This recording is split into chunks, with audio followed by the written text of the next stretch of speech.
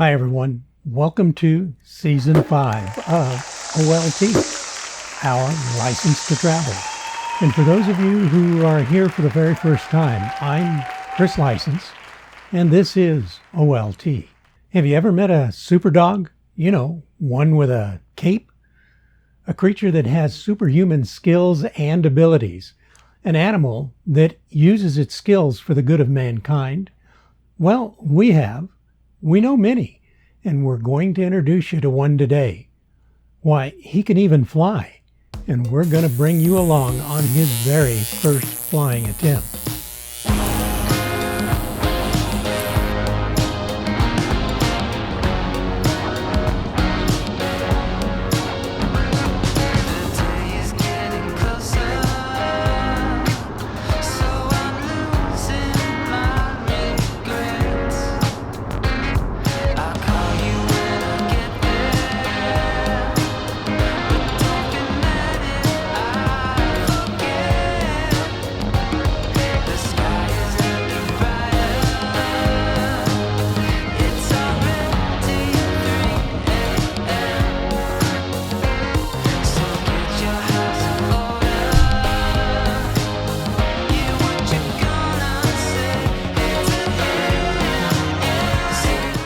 We are Chris, Shelly, and Grizz.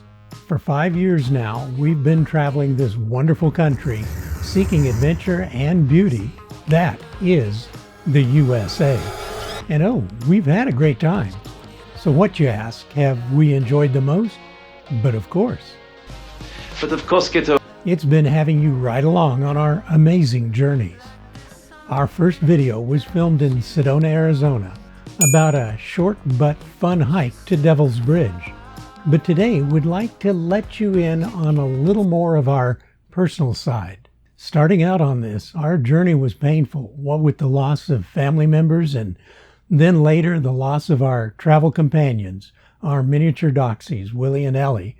It was a devastating time in our lives. Over time, we learned to deal with our grief, and a couple of years later, we were introduced to Grizz. We quickly found that he was very special, even for a puppy. He had a very calm demeanor, but still playful and intelligent. Oh, wow, yeah. Quick to learn and completely devoted to us, especially Shelly. Like I've said before, I've had quite a bit of experience training dogs in obedience, schutzen, and protection. I've also arranged for my department's tactical medics to get training in emergency canine medicine to provide for our team's canines, all of this going back to about the 70s. In Grizz, I could see a very special animal, one that was very attuned to Shelly with an appetite to learn. I don't think that I've ever told you, but Shelly is disabled. We're obviously not going to get into any specifics, but there are good days and there are others that can be quite challenging. Without getting too detailed, Grizz seemed to sense before Shelly knew that something was amiss and would incessantly pester her to try and keep her still, sometimes as much as 10 minutes in advance. She is part of his pack and he is attending to her. Armed with these observations, I began obedience training with Grizz. He took to it quickly and easily. Every day for anywhere from 2 to 4 hours, broken into several sessions. Less time when he was younger and more time now. We would go out and work. Oh, he gets playtime and downtime, lots of it, but he still so looks forward to training. We keep his leash on a hook by the door, and he'll stop at the top of the stairs, look up at the leash, and then at me as if to say, "Hey old man, let's go to work." As his foundation improved, we began honing his alerts to Shelly. See where we're going with this? You got it. I've been training Grizz to be a service dog. Shelly's service dog. Let me quote the ADA, or Americans with Disabilities Act of 1990. He is trained for her disabilities, and the task he is trained to perform is medical alert and mobility. We may go deeper into this in a later video, but he must also have manners, and 80+% of service dog training is basic obedience. Some folks think, well, if I need such a dog, I'll just go buy one. Don't be surprised to find that a professionally trained dog can cost upwards of $50,000. Not many folks with disabilities can afford that, which is the reason Congress, when the law was put into place, included a provision for self-training. You can train your own dog. Yeah, all it takes is patience, time, a lot of time, and knowledge. Throw in a smattering of previous experience with dog training would help. Say, did you know that any breed or mixed breed of dog can be a service dog? Some are better suited for certain tasks than others, and temperament plays a big part. But there is actually only one other type of animal that is recognized by federal and state law to qualify as a service animal. Any guess? Yeah, that's a miniature horse.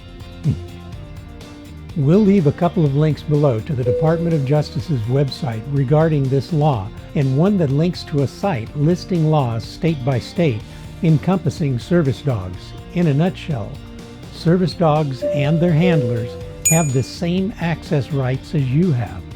They cannot be refused public access, and there are some stiff penalties for anyone who does. Grizz has close to 1,000 hours of training, and training will be the part of the rest of his life. We will constantly be honing his skills. You know, like obedience and alerts as Shelly's needs arise. There is something we'd like you to think about. Service animals are just that, animals. And no matter how well trained they are, like us, they can have good days where they're on their A game and off days. What's important to remember is that if you see a service dog team out and about, please remember that the dog is working. And if you distract it, talk to it, reach out to pet it, try to give it food, or make funny noises towards it, even staring at it, the animal may respond to you and therefore miss an alert that the handler needs to stay alive. Also, please teach your kids that running towards an animal, even though they think it looks nice, so they want to pet it, please don't let them. It may not be a service dog, and instead be a protection trained or just not trained at all, and that could trigger a prey or defensive drive in the dog. Not long ago, you saw a video on Grizz taking and passing his CGC. That's the American Kennel Club's, AKC's, Canine Good Citizen Test. It is kind of a standard test to show that his training is sound and that he can behave in public.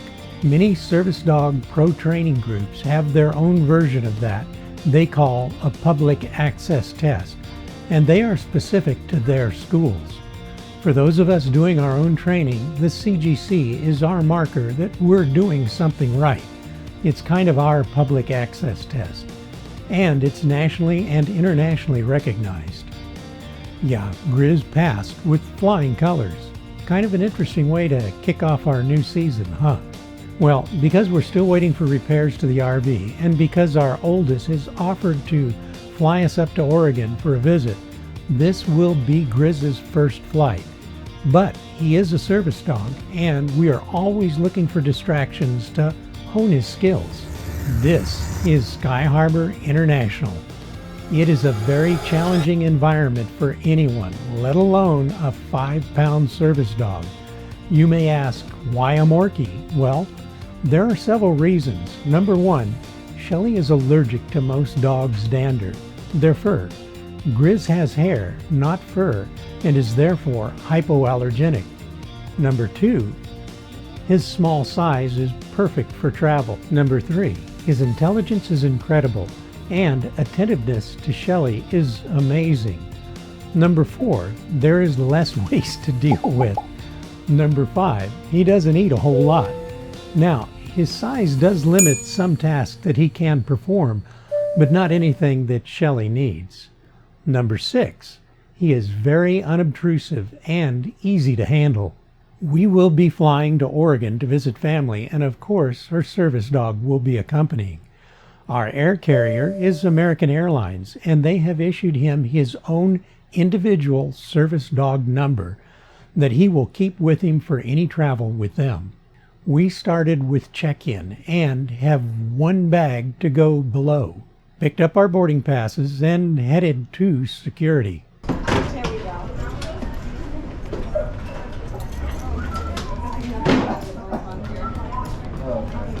Now, a little nervous about our TSA experience, we placed all of our carry-on on the conveyor and waited our turn for scanning. Shelly has so much metal hardware in her that she always opts for a pat-down, which means that I have to take Grizz through the scanner. Not a problem is his trainer. He did perfect and was an instant celebrity. My hands were swabbed and off we went to collect our stuff. With our first big hurdle done, we headed towards our gate. We opted to carry Grizz while negotiating escalators and moving walkways. His paws are so tiny.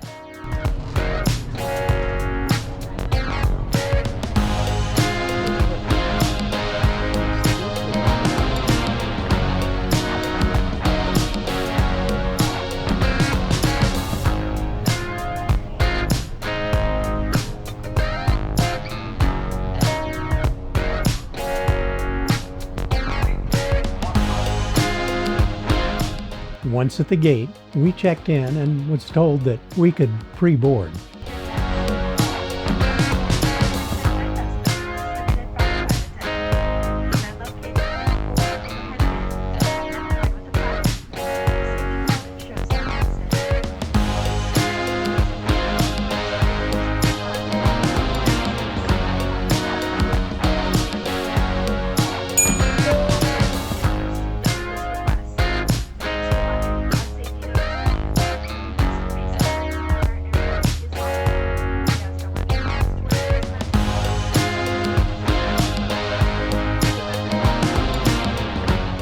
We had selected bulkhead seating to give Grizz some more room at our feet.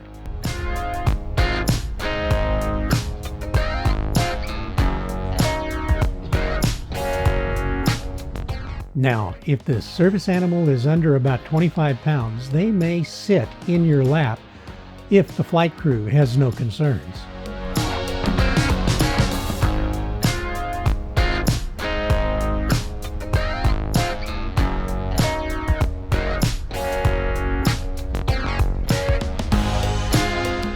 Grizz wanted to look out the window initially, and he watched the ground crews work, then tried to make sense of our liftoff. After that, he settled in and slept the majority of the flight. He handled everything just like a champ.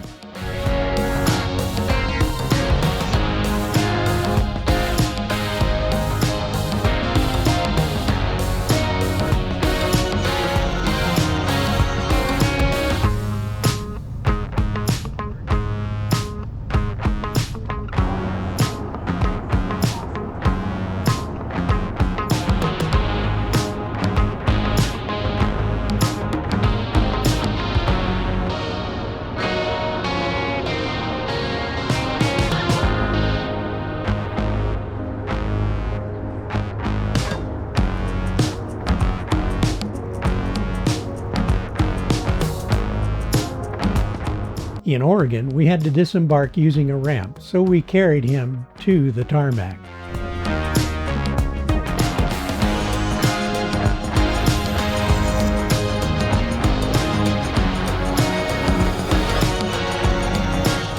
Picked up our luggage at baggage claim, and family was waiting to take us to our hotel.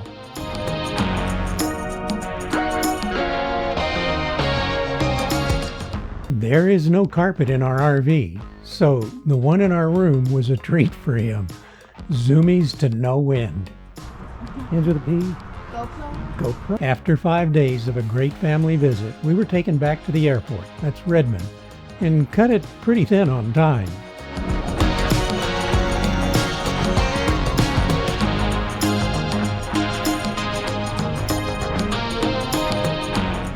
Once again, American Airlines was amazing. TSA was much smaller, but still the same great experience.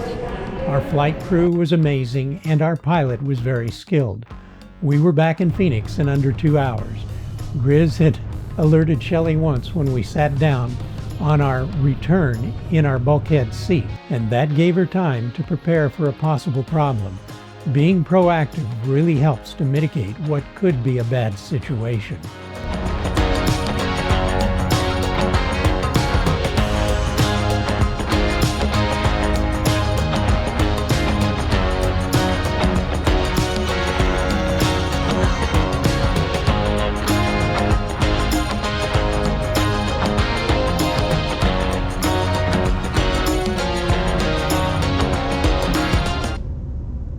Grizz has flown twice now and was fantastic both times. We are so thankful for this wonderful little man. His skills are just amazing, and we couldn't imagine a quality of life without him.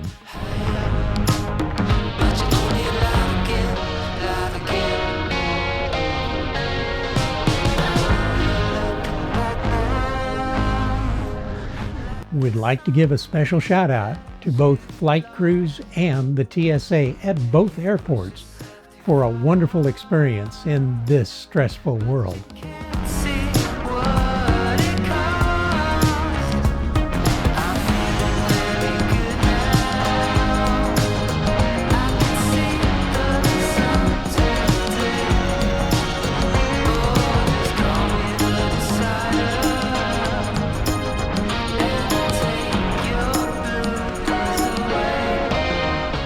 Well, this should do it for today's video. If you liked it, please give it a thumbs up. And if you'd like to see more videos about RVing, please subscribe. And if we don't see you out on the road, maybe we'll see you in the next video. Until then, please travel safe.